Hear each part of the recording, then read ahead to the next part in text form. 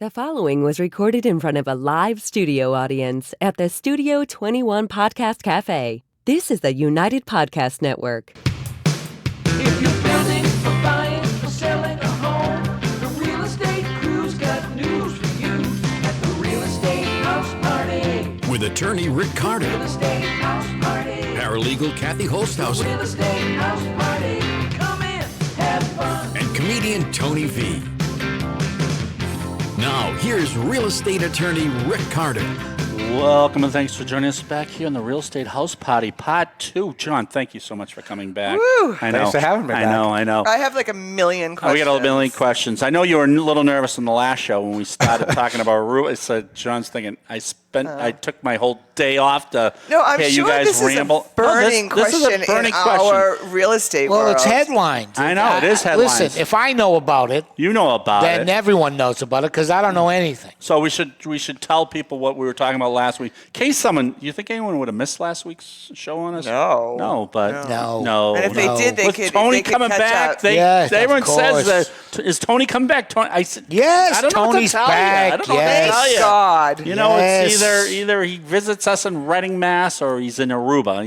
You make the decision why. Right. Why? So, what were we talking, Kathy? What were we talking about last week? We were talking about the NAR's settlement, which is The National Association of Realtors Yep. just gave a settlement of $418 million to make a lawsuit go away, pretty much. and they're basically talking about the real estate Commissions. And decoupling. Yes. Here's a question. Who got the $418 million? That's a great question. Who got- So what happens is, don't even get me started. The on this. lawyers take their chunk. So what happens is, and John, Casting no aspersions on lawyers. yeah. So, I didn't get any President company excluded. so there was another lawsuit before this. So they've literally. So what it does is goes in a pool, I imagine, right? And what they're doing is paying off all the costs first to get that settlement. And you know where all the costs went to? The attorneys The fighting. attorneys. So they must Right. have made about a couple $100 million. Now, can I But- ask you a question, John? Did you think the system that we're working with today had any big flaws? Well, it wasn't perfect. It wasn't perfect. I mean, would I say big flaws? No. Was it perfect? No. Was it, Did it work? Oh, it certainly worked. It Because certainly. you got your cut, the buyer's agent. And I mean, not like we shouldn't put ourselves first. I mean, it's At well, the end you're of the day, doing your job. 100%. no, I know. But at the end of the day, like people have options. They, like a seller has always been able to sell their home on their own if they wanted to. Well, right, and they've decided to pay you. And they If they decided, negotiate if they decided to wanted hire, to. yeah, Right. If they decided to hire, the negotiated fee that you asked for, and they made a decision financially that you were going to help them sell the house. So there wasn't a law at the that it highest had to be a price. commission per seller. And same thing with a buyer. Buyers never had to use an agent. They could represent themselves if they wanted to. Right. But I Right. think And there's we've had that, for a long Forever. time. But Yeah. I think Right. there's so much going on in the real estate world these days with like social media and everything that's gone on. Yeah. And like now they're like, there's knob and tubing wiring and there's, All right, that's all great. That's a good point because that's why you would, I think, would eventually get to this. you but would need a buyer's agent to because- help negotiate. Well, it's a bunch of things. I mean, as Right. buyer's agents, we certainly help them negotiate. We help them land the house that they want, and we help them guide them. I mean, we've been Without a doubt. We've been doing this, for a while. So buying a house is an emotional decision, and sometimes people need guidance in terms of what is important to them. So, like, our job isn't necessarily to find the house, although sometimes we do. Sometimes we take our feedback, we take our clients' feedback, listen to what they have to say, Right. and then say, hey, based on what you told me, have you ever thought about X, Y, and Z? Right. And many times they'll say, no, but that's a very good point. Maybe I should start looking in that community, or maybe I should consider Because I think that's why our buyer's agent comes in. Well, a that's condo you- instead of Because a single family. buyer or- can find a house out there for sale. They can but- figure it out themselves, but in the pool of all the buyers that are looking at this one house, you might give them the edge or the information or Yeah, like we talked about last week, you might say, well, this is probably worth $80,000 more. This isn't worth $80,000. This you're basically well, a mentor to them. That's correct. Yeah, our job is to look out for their best interests. I mean, ultimately, that's what our job is. We had a closing where the buyer's agent, it was marketed this condo was marketed for X amount of square feet. We find out it wasn't X amount of square feet. The buyer's agent figured that out, right? Well, we found out from our titles, Renee Carter. Renee figured- Carter. Hi, Renee. She's great. She's awesome. Yeah. So she figured it out. Eagle Eye. The secret weapon. So, and she conveyed that message to the buyer's agent. Right. yeah. And the buyer's agent said, ooh, we were expecting, X amount of square feet. And ultimately it was $60,000 swing. The buyer ended up having to pay $60,000 less.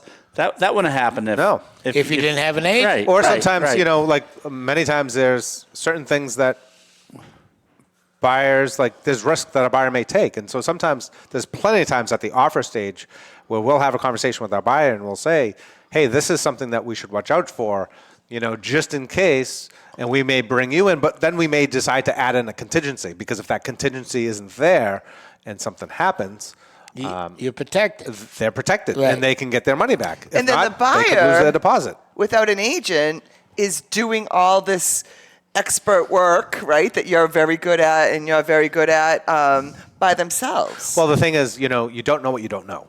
And Well, that's right. okay, And, overlooked and at you the end on of the that day, one. Yeah. there are plenty of people who've had successful transactions and got and lucky. they didn't know anything. Yeah, but at the same time, there are plenty of times where there's All right. issues This that is we going need to, it's like a lot of things, and especially when government gets involved, I hate to harp on that, but this is going to favor rich people. Yes, correct. I mean, It's not going to favor the first-time home buyer. Yeah, or as without you- a right.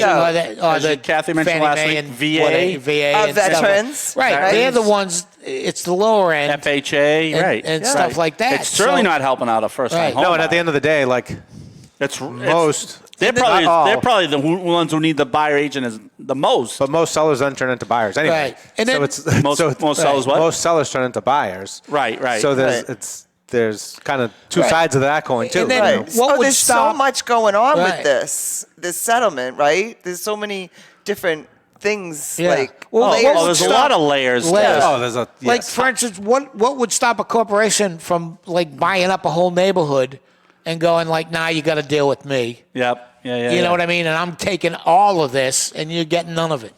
Well, what if, or another reason to have a buyer's agent was what if some buyer's agent knows that's going to happen, say, well, they're going to put in some waste dump behind us. Yeah, Yeah. And right. the buyer agent knows that, say, nah, I'd stay away from this I'd- neighborhood. right, I right. mean, if you just go directly to the seller, what are the seller's broker's obligations? So as a seller's agent, our job is to advocate and work in the best interest of the seller. Right. So Right. we have to disclose things that we know that that are issues with the property, to put it in plain English, that we need to do.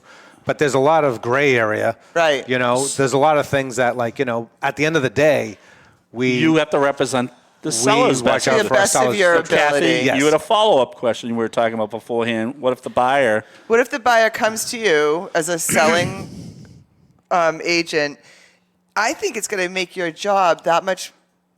What's a Harder. dual agent? So a dual agent. So will that make it a dual agency? So this is or- where it gets complicated, where it's quite frankly, there's a lot of people in the industry that just don't know what they're doing. So that's Really? that's the other problem. So Wow, that seems like a news flash. dual agency is when the No one we know. No, of course. Everyone we know does exactly what this means. dual agency is when an agent represents both a buyer and a seller. Right. So Which I've always find, I don't know how you... It's hard to. in certain states, it's not legal. Hey, don't tell them. So we can't. No, they have fiduciary. They have all kinds of different. that's what I So mean, so- as a dual agent, we anything that's confidential has to remain that way to, Yes. to whoever we're representing. So you can't But in tell other words, yourself. we need to be fair to both. We need to be fair to both parties, and essentially, we can't coach them to. We Either can't way. coach one party to bring the price up and coach the other party to bring it down. That seems a lot. but in the dual That agency. seems a little hanky. Seems like this is ripe They for don't some wanna be- problems. But in the dual agency, the buyers and the sellers sign dual agency forms so they know that you're representing the Both. seller and the Now, buyer. quite frankly, we ask permission for dual agency. Yep. However, it's been very rare that we're actually in dual agency. So Right. the whole And you thing could- about dual agency, most agents go wrong, I believe, because they'll represent a seller, they'll hold an open house, and then someone will walk in off the street Right. without an agent, thinking they'll get a better deal, and they walk up to the agent and say, "Hey, you could be my agent," and then that agent now turns their back on their seller and becomes a dual agent. And that happens like A lot, right? That has happened a lot. Like for us, we would never do that. For us, if we're representing the seller, we're representing the seller. Right. The only time that we're in dual agency is if we are actively working with a buyer and we actively the have a listing. listing, and then by some slim chance, our active buyer is the one who decides to put in the highest, best offer of that property. Right. Now you can do that. And that has happened. I can count on one hand how many times that has happened. Right. Like for some other agents, it's happened a lot. I mean, right. in the Boston area, there are so many transactions and way more agents. The chances of a listing agent having the buyer that's willing to pay the highest price is like slim to none. Right. So you don't see this happening that much where For us, it doesn't happen that much. For other agents, not all agents, but everyone knows who, like, you know, there are a few agents out there that are yeah. trying to I practice. just see it as a problem. Some buyer pulling in. I think we're back to then they're not going to get No, so- adequately represented. That's correct. Right. So we've established what dual agency is, but if John's has a house, Yep. or you're Listing a representing house. the seller, Yep. and the buyer comes in off the street, We, like, for how we practice, like how we conduct business is we're still a seller's agent. however, after July, Now, after July, we may get a lot more of that. And what sellers need to understand is that many times, if I put my buyer's agent hat on, I'm protecting the buyer. I'm going to advise them, but I'm also going to educate them on what's commonplace in the market, what's happening in the market. but if they're not hiring you, So if a buyer is unrepresented, Yes. the challenge for the seller is that, and or you, more so for the seller. okay, You know, that seller needs to understand that if that buyer has no agent, they don't have anyone telling them what's typical, what's not typical, what shouldn't be a red flag, what should be a red flag. So take, for example, like if there's a home inspection, you know, in New England, you know, no house is perfect. There's always things that come up, you know. But if our buyer doesn't have representation, you know, they may not have someone to be the sounding board to say, hey, is this normal? And then next thing you know, they're asking the seller to fix everything that's on that Right. 20 to 100-page, you know, Right, report right. of, No, you're of home right. 'cause- inspection. 'cause Right. we get that a lot when we're representing a client and the other side doesn't have an attorney. Everyone says, "Oh, that's great. There's no attorney going against you." I go, "No, I think that's, it's worse yeah, because you're at a that other disadvantage. client, that other attorney is going to say, "No, what Rick threw in here is normal." But when the buyer's just reading it on his own, saying, "Oh my God, I can't believe Rick's putting all I this get stuff all in this here." stuff. And that's the thing that no one really is talking about. But, you know, as agents, not only do we, you know, look out for our clients, but we educate them on what's happening. Right. And an uneducated buyer, frankly, many times may not be the best buyer for the seller because that Right. seller could then incur so much more stress. Sure. Right. A lower And sales think- price. Right. If they don't know. have anyone looking out for them, right? Yeah. So, for example, you know, and I'm not saying Like a this is- buyer agent will vet that person. I'm sorry. I Yeah, didn't mean no, to but interrupt. that's exactly it. A buyer's agent will vet that person. And you know, a seller could accept an offer from a buyer unrepresented, and if they don't know what they don't know, Right. and Right. they Right. and they make a big deal of something that's completely typical Right. for the area or whatever. It may be typical in any house that they run Right. into. Right. What the seller may not realize is if that buyer now walks and that seller now comes back on the market, Right. the whole market's going to perceive that house as to be There's Something wrong with something's it. wrong with that Right. house. As opposed to the buyer that attempted Right. to something buy is it. wrong with Who the could buyer. Exactly. So so essentially there's A lot of it's with financing too. I mean, if you're a buyer's agent, you want to coach that buyer and say, listen, did you get pre-approved? I mean, and a lot of these bankers are very good these days. When you get pre-approved, they're checking your credit. You know, if there's dings on it, and I think they have software now that actually, you know, can suggest this is what you got to be doing. Boom, Right. boom, boom, boom. You know, if you get some buyer just off the street without an agent And a you know- pre-approval letter. Right, which, right, And exactly. sometimes Which we could write that out. Right, yeah, some yeah, people you say look the good. today's approval market letters. is certainly it's complicated. It's it's It's like very what happens complicated what's going on with the anyway. appraisal, what happens if Right, it doesn't appraise, right. like Right. there's so many different right. detours that And the problem is buyers have so much information these days, They think they can, I shouldn't say all, but some think they can do it all because they see it all on these. But that's just getting the information. It doesn't mean what to do with that information. Well, and how to right. use it to your It's advantage. the same thing. Like, Right. I could look up the laws online, Exactly. but that doesn't mean I can. I'm an attorney. Right. You know what I'm thinking? Here's what we need. Not a mud. I've been not waiting. a mud. I've been waiting for some. No. I've been waiting. Go ahead. We need, I'm going to write this down. a Sherlock Holmes hat. With the two bills? Yeah. And one side is BA, buyer's agent, and the other side is SA. So you just flip it around? Seller's agent, right. So Hang on. someone All right. has a question for you. Sherlock you go, Holmes wait a hat. second, I'll take that under advisement, and then you flip the hat, and now you are all things seller's Which hat agent. am I wearing? Right, exactly. Right. But then you go, don't ask me that question. Hold you on. see my hat. Right. Hold on. Boom. And it's now you can ask. And the best beauty of this is it's full disclosure. Yeah. You That is- know exactly who they you're know dealing what you're with. right. Yes. Right. It says it right there. Yeah. It's almost like these are the rules. You gotta represent blah blah blah in a certain fashion. It's almost like the when the defense attorney blurts out something at court, and the judge says, "Oh, disregard that. Disregard I that." know. Like, how do you? I'm not disregarding. No, I heard it. I heard it. heard it. I heard it right What he there. said. So it's almost the same thing. Right. You can have your rules on how to be a dual agent. I don't think they Or like always. the piece of evidence, right? That they're like, Right. we're not gonna- Yeah. wait, that's not admissible. Oh, yeah. Oh, I no. saw it. Pretend you didn't see that gun that he killed on someone else with before. A fat, not blind. No, but like what you brought up a good point about. Sorry, we were doing so well. About I'm sorry, how complicated I threw the monkey I got it wrench. right these here. transactions are these days, Sure. right? Without a There's doubt. so much. And so typically the buyer has an agent, the seller has an agent, the buyer has an attorney, the sellers have an attorney. Typically.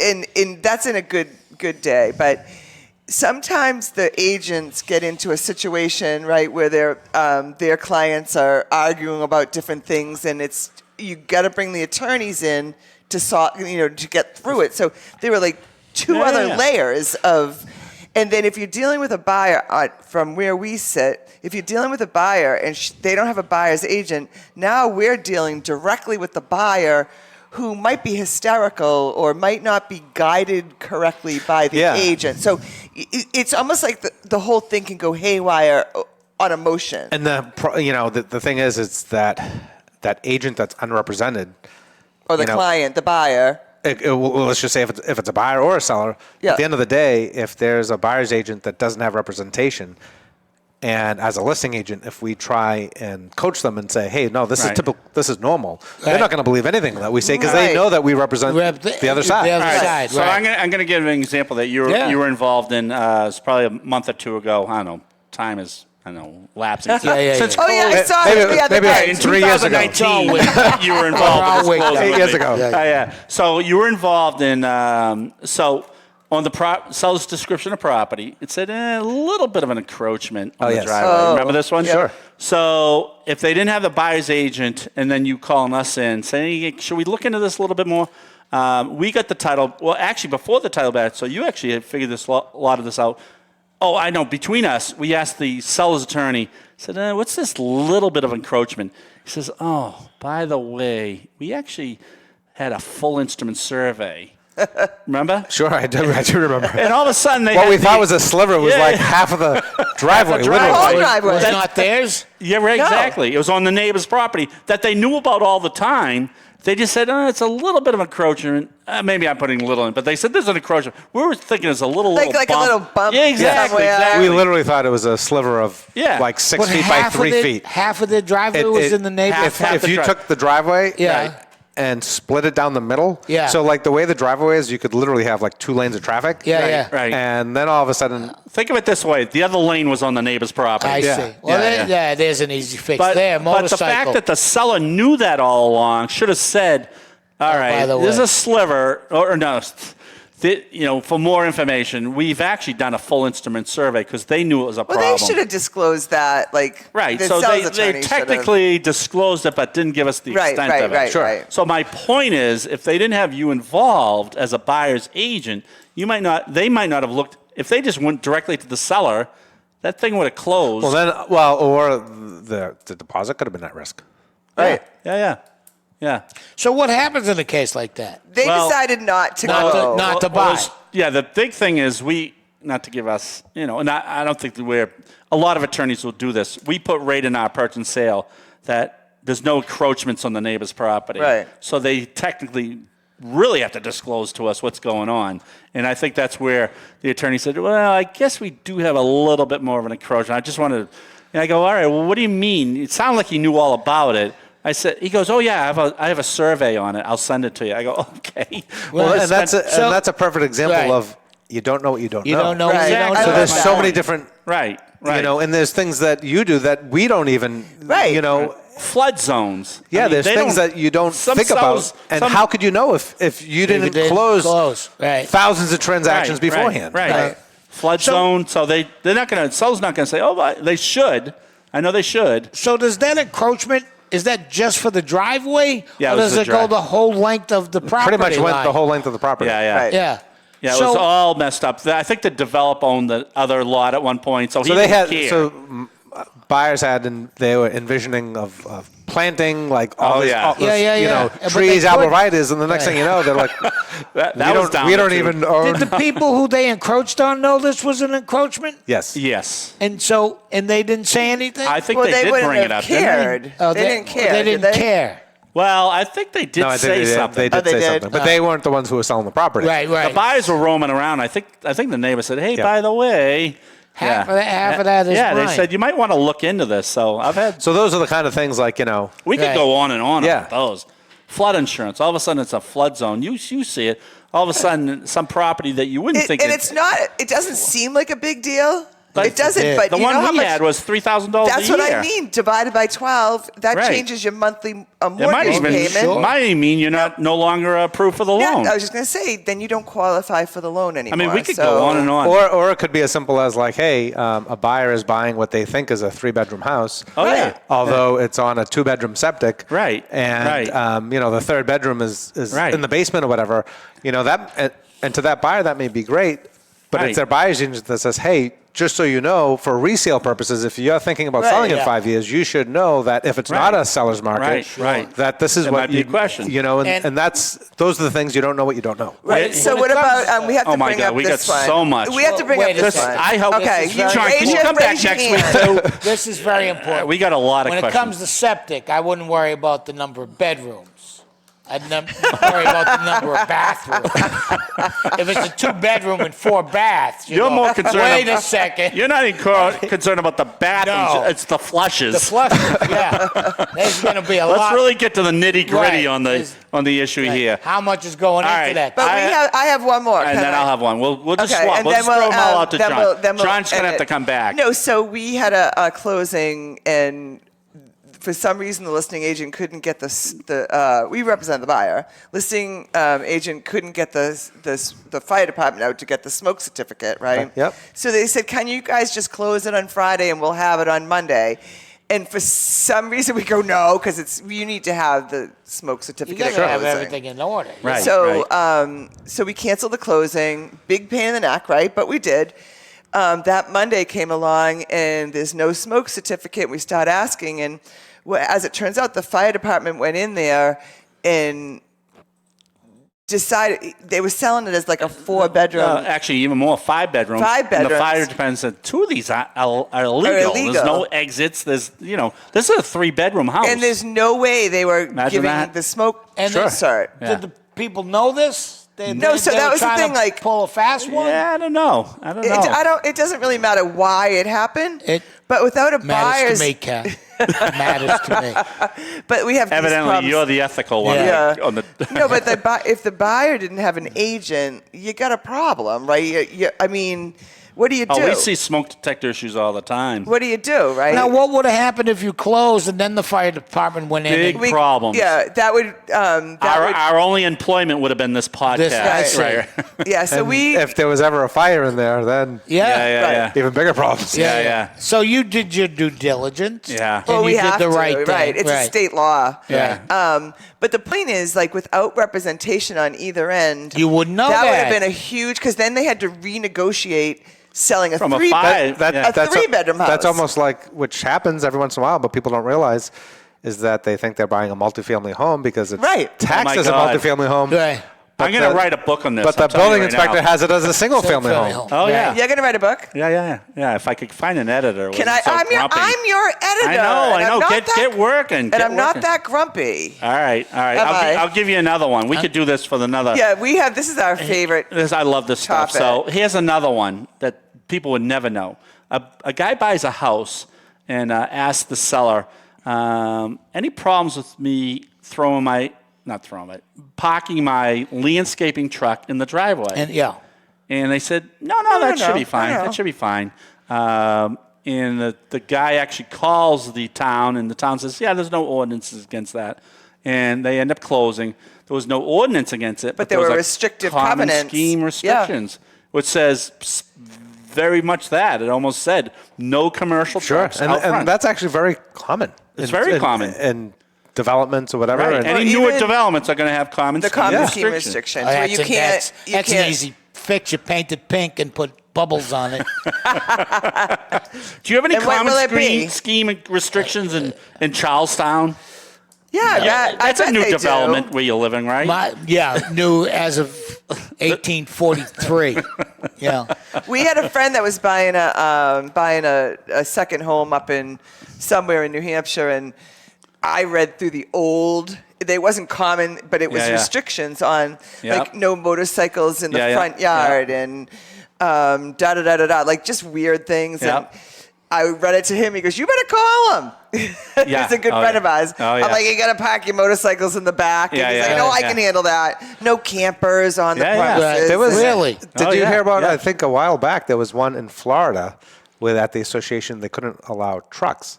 At all. Yeah. And someone bought a Rivian. Yeah. And The electric truck. which and then 100,000. and the association, I guess there was lawsuits because the association told him to get rid of it. And he didn't want to. He's like, this is It's my vehicle. it's a $100,000 truck, Right. and you're telling me it's devaluing the properties around here. And I guess it was, Right. Yeah. So we could. There's probably a million examples. There's one more that tell about the business, the B class. That's zone class, That's a B good zone. one. And this is where everyone dropped the ball. So the buyer you're going to have to help me write my book. And I will. All right. So anyway, long story short, buyer goes in and says, and again, everyone dropped the ball, and this buyer's agent did as well. So buyer goes in and says, listen. This is an example of a buyer's agent that you shouldn't get. Right, exactly. So says, I want to put my hair salon in there. And the agent says, that's fine. This is Zone Business B district. Make a long story short, there was no such thing in town as a Business B district. And, He just made it up. just somehow. And I think the seller told the agent, and the agent said, oh, that's good enough for me. Didn't look into it. Right. So that's right. You gotta do your due diligence. Right. So the seller tells the agent. So the seller and the agent drop the ball, and then the buyer drops the ball. I mean, they go into a neighborhood And think like you're your gonna open a neighborhood, business. and they think they can throw in a hair salon, and it's commercially zoned. I They think might have they'd have wanted a to look problem. into that a little bit. Yeah. A The little buyer's agent North looked Andover. into it. Right. Somebody should have looked into So, it. yeah, 5 people could have figured that clue Yeah. out there, but I guess this is why you have to have a. Did she ever buy the house? She bought it. That's why the lawsuit happened, and the agent lost. And sometimes agents. Well, we won't get into disclosures and misrepresentation. That's a whole nother show. No. So this. So I'm going to be anxious to see how this rolls out in the next couple months. Right, July. How do you think it's going to affect your world? So the complicated thing will be from now until July when things actually happen. It's going to be a little bit of a Change wild, your wild west. I disclosures. think. Right. Right. Once the change happens, and then we kind of settle into normal business, it might become the norm. Some good news is hopefully buyers, because hopefully buyers will pay a lot more attention to who they hire as agents if there's a chance that they may actually be paying for their agent. So that's something that some good may come out of this, because I think, many people just kind of all clumped buyers agents together, Right. And didn't Some really have more differentiate. value than others, I would imagine. Yeah, just like anything else. Now, are there any appeals, or is it a done it's deal? done. Or it's Yeah, well, so Massachusetts has their own case, that But this is federal, right? Yes. So, I mean, there's a bunch of cases. There's a lot going on. Which And the then NAR one was to handle a bunch of the cases that happened throughout the country. But Massachusetts has their own separate case that's supposed to be decided on in April. And the DOJ is involved in the. So if they the case, like, they don't win in Massachusetts, then what? I mean, then now you're going to federal. Ultimately, I think this state. is. I think this is the the way it's NAR. going. Well, yeah, I mean, it's going that way. That come Okay. July, Yeah. this changes. All right. Wow. Well, you're going to have to come back. My in head a couple hurts. of Come months back. and When I are you know. coming back, John? We got a lot more to still talk about. I know. This is a great subject, and It I is a really good hope that it subject. works out, it smooths over, like, come July, August. And Yeah, I think. Oh, it'll be fun. is the market all gonna be going to fun. pick up? Hopefully. Yeah. It's all going to be fun. All right. Well, thanks for joining us here again, John Ternullo. Tony V, always good to have you I'm back. happy to be here. Kathy H, any vacations coming up soon? Yep. All right. Good. April. Good. Thanks for joining us here on the Real Estate House Party, and we'll see you next week. Bye-bye. The views and opinions expressed by the hosts, guests, or callers of this program do not necessarily reflect the opinions of the Studio 21 Podcast Café, the United Podcast Network, its partners, or affiliates.